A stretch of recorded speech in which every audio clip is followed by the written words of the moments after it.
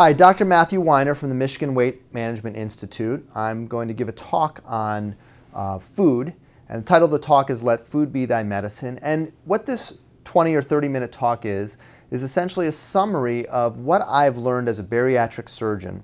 And although I operate on patients and make their stomach smaller and change the way they absorb calories in order to get them to lose weight, I've learned a lot about how everybody loses weight and what's preventing those who've tried for decades and decades to lose weight from succeeding is quite frequently a misconception about why weight gain occurs in the first place. And so my hope today is to explain what I believe is a much better way of looking at why people gain and lose weight, and perhaps a starting point for you to be able to make some changes in your life that will allow you to lose the weight that you've been struggling for all these years to lose without surgery. So the first thing that I think is absolutely critical to do, and what I always do when I start working with a patient, is I dispel this myth, this concept that weight loss is driven by burning more calories than you eat. Weight gain is driven by eating more calories than you burn. And by simply adjusting our behaviors, by dieting, eating less calories, by exercising to burn calories, we can shift this simple balance into our favor and drive weight loss. You know who this works for? This works for people who are genetically thin. If you are genetically thin, then this formula works out perfectly and is a great way for them to maintain their lean body weight for the remainder of their life.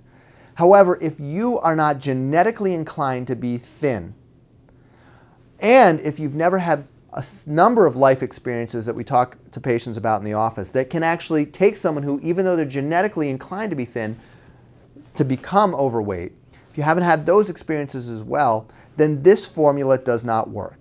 And a very smart man once said that everything should be made as simple as possible, but not one bit simpler. And I think this formula about calorie expenditure and calorie balance as the primary driver of weight gain and weight loss is a dramatically oversimplified concept. And as a result, it leads to a lot of assumptions and recommendations, not only from physicians, but also from the commercial diet industry and the popular press and pretty much everywhere you turn.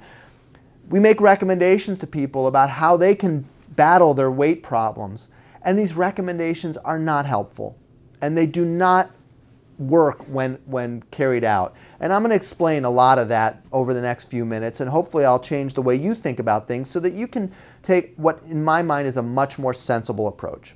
So first, let's start about calorie counting.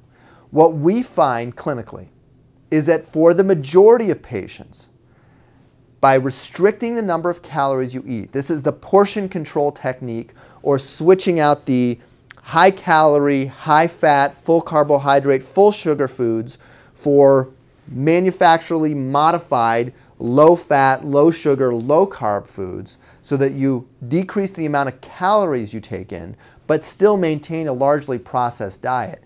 By making this change alone, you're only going to be able to eat around 5 to 10% you're only going to be able to lose around 5 to 10% of your total body weight, which for the vast majority of people is not enough. Again, if you're genetically lean and you're starting out, if you're a woman, you're starting out 120 pounds, losing 12 pounds, 10% of your body weight can make a huge difference one way or the other from their perspective. If you're a woman who's 200 pounds and you lose 20 pounds, that's a great start, but it's certainly not going to get you to your goal and to the point where you're now a normal weight person. So for most people, you cannot achieve permanent weight loss by simply decreasing the number of calories that you take in. And despite all of our efforts and all of our behavioral therapies, hypnosis, the restricted portion plans where they give you a small fixed amount of food and a very specific menu to follow every day, all of these plans where we're not changing the actual quality or type of food we eat, but merely restricting the number of calories it contains, will not result in durable long-term weight loss. The science supports this beyond a shadow of a doubt, and I guarantee you your personal experience, if you're watching this, more than likely does as well. Again, there are exceptions to this rule, but for the vast majority of people, this behavior will not result in your goal of losing weight for the rest of your life.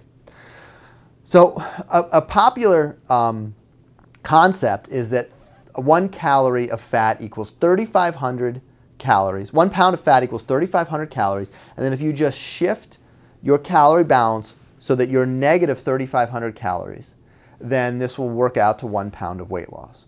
What in fact we find when we look at patients, and I'll do this in the office all the time, I'll take a detailed history about how much weight you've gained over the years. And what we find is that obesity is typically not a problem that evolved over a year or two, but one that evolved over decades. And so if you're going to do the math about calorie balance and calorie expenditure, you have to do the math over decades. And what we find is that when you do these calculations, you identify some very alarming facts. What we find is that over 1 year, eating 10 extra calories a day, more than you burn, will result in 1 pound of body fat. By the same notion, 100 extra calories a day means 10 pounds a year. So for you to gain 10 pounds a year, which quite frankly is a lot of weight gain, very few people year in and year out will gain 10 pounds a year. Over a decade, that's 100 pounds. Over 20 years, that's 200 pounds. So that's a lot of weight gain. But over time, it comes down to only 100 calories a day. Let's look at 100 calories. 100 calories is nothing. It's a 100-calorie snack pack. It's those 5 tiny little cookies that they have in those predetermined 100-calorie snack packs. It's 3 whole grain crackers with a little bit of low-fat cheese, 14 almonds, a little handful of almonds, an apple, not even an entire mango, 8 baby carrots with hummus. It's a very small amount of food. So to think that just the excess intake of this type of food will result in 10 pounds a year, 100 pounds a decade of weight gain, in my mind makes no sense whatsoever. There has to be something else happening here. And in fact, as we dig deeper, we find out that that is exactly the case. Another question I ask my patients is what they think is the single most important determinant of the number of calories that they burn every day. And I ask this question when I give talks, and I very rarely get the correct answer. People talk about age, people talk about your body weight, people talk about the amount you exercise every day. There's a lot of common answers, but in fact, very few people come up with the right answer. In order to try to get you to answer this question, understanding what we now know about 100 calories of weight gain, 100 extra calories a day causing 10 pounds a year of weight gain, we can answer this question. So let's take 2 individuals. Let's say they both weigh the same. They're about 240 pounds.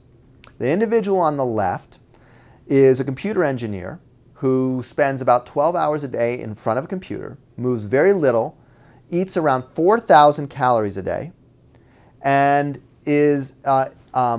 does absolutely no form of exercise. The gentleman on the right is a very fit, athletic individual who eats 2,000 calories a day of a very pure, whole foods approach, the one we recommend in our program, and works out vigorously, is in absolutely fantastic shape, has a ton of muscle. So we ask the question, who burns more calories a day? Well, let's do the math. If the gentleman on the left, let's say he's gaining 10 or 20 pounds a year, that's a lot of weight. That means that if he's eating 4,000 calories a day, that he must be burning between 3,800 to 3,900 calories a day. So what we find is that the single most important determinant of the amount of calories that you burn every day is the number of calories that you eat. Because our bodies are not simple engines that burn at a constant rate regardless of what's happening.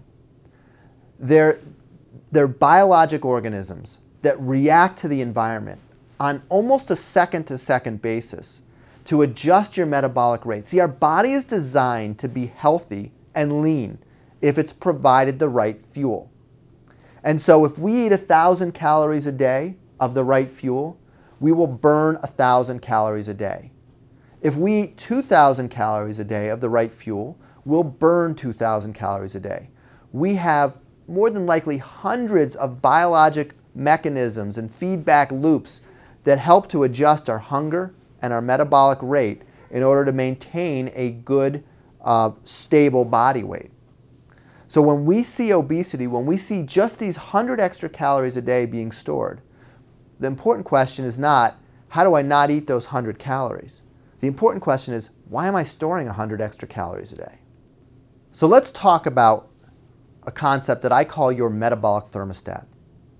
And what this acknowledges is that your body has a lot to say about what happens to your body weight.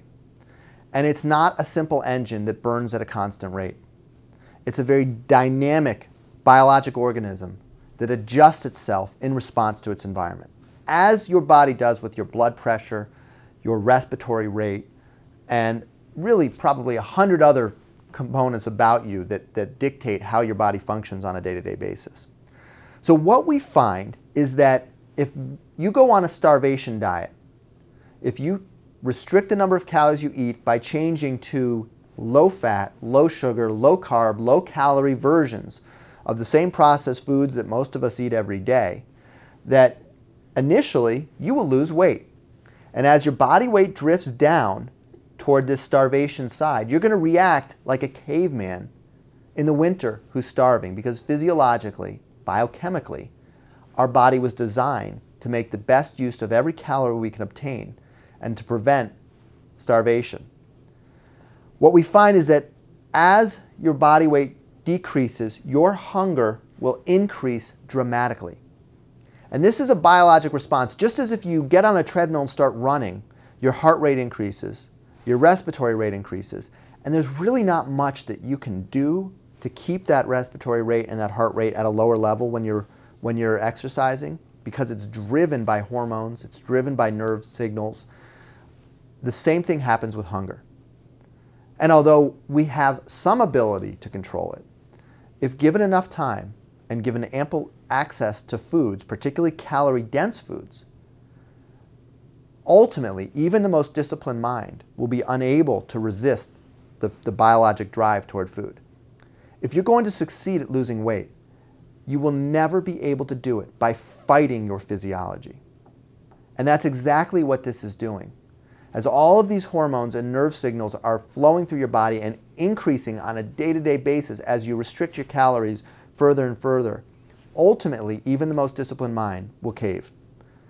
The other thing that we see is that your metabolic rate will slow in order to match the amount of food that you're taking. And this happens in a number of ways.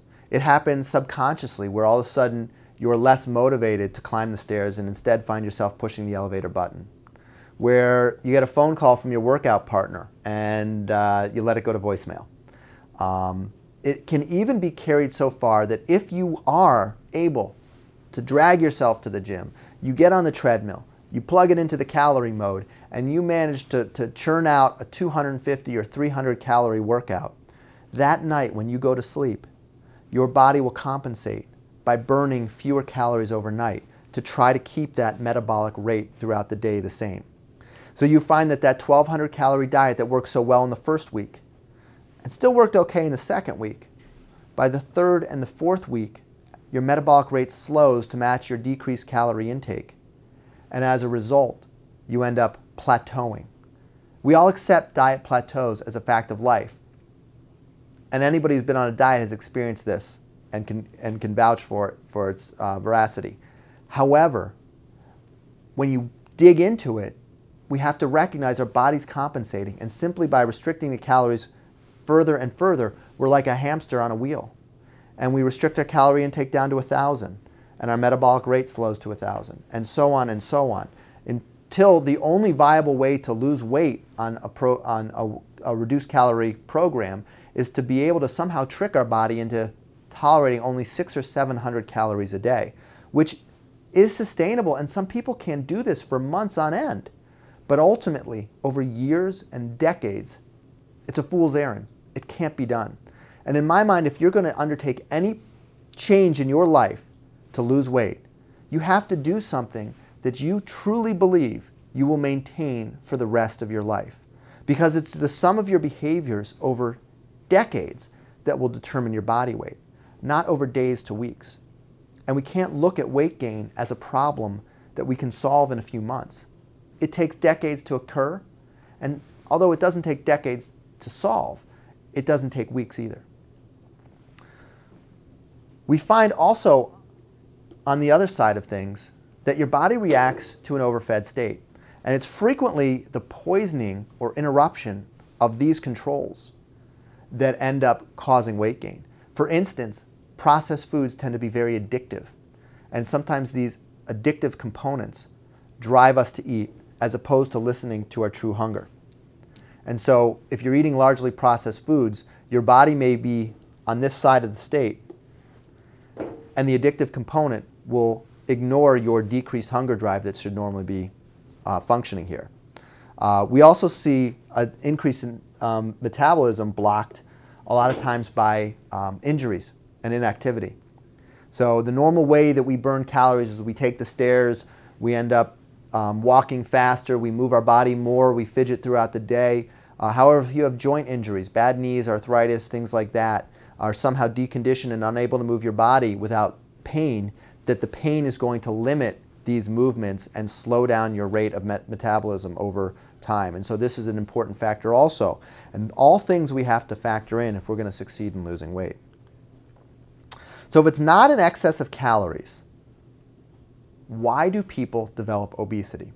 So I'm going to propose my theory for this, and I'm going to try to explain it over the next few minutes. And this really forms the foundation of our diet program at the Michigan Weight Management Institute. So I talk all the time to my patients about the health consequences of obesity. And we have become very conditioned in this country to recognize that being overweight increases your chance of developing high blood pressure, heart disease, high cholesterol, sleep apnea, heartburn, hernias, reflux, arthritis, all manner of different symptoms. However, I'm going to propose a slightly different theory. And the way I look at things is that most of these diseases are the health consequences of toxic foods. And that one of the health consequences of toxic foods is obesity. That our metabolic thermostat becomes poisoned. Our cells become poisoned by these toxic calories that we take in on a daily basis. And as a result, we end up adding extra fat to our frame unnecessarily. And although the excess weight, the excess body fat is certainly a component, so is the food that we eat every day. And we have to actually factor both components in. And we'll see this when I can take patients who are eating the standard American diet of heavily processed foods and convert them to our Pound of Cure program, that we'll see important and meaningful changes in your diabetes, in your high blood pressure, and your cholesterol over a period of a month, where you may only lose 10 or 15 pounds during that month, but yet the change in your diet alone can impact your cell's metabolism and reverse or begin to reverse a lot of these comorbid conditions. So we have to factor in the idea that the foods that we take in every day drive these diseases as much as the excess fat. And in fact, it's likely the excess fat is the result of damage to our cells caused by these toxic foods. The way I like to think about this is that you store those 100 extra calories a day because your body is being exposed to these toxic foods, which break the metabolic thermostat just a little bit, just 100 calories. You may be eating 2,500 calories a day, but you're only burning 2,400 calories because of the impact of these foods on your cells. And that this is what shifts the calorie balance in favor of fat storage. And then if we're going to reverse that, if toxic calories are the cause, the cure are primarily fruits and vegetables and nuts and seeds and beans. Now, I don't advocate a vegan diet. I don't think it's necessary for the majority of patients. But I do advocate a diet that is rich in these healthy foods, these foods that provide phytonutrients, these compounds that are largely undiscovered, that help to restore your cellular function, that help to improve your high blood pressure, your diabetes, your high cholesterol, your heart disease, your sleep apnea, and your obesity. it shifts this metabolic thermostat back toward more of a calorie burning mode to drive away the excess fat.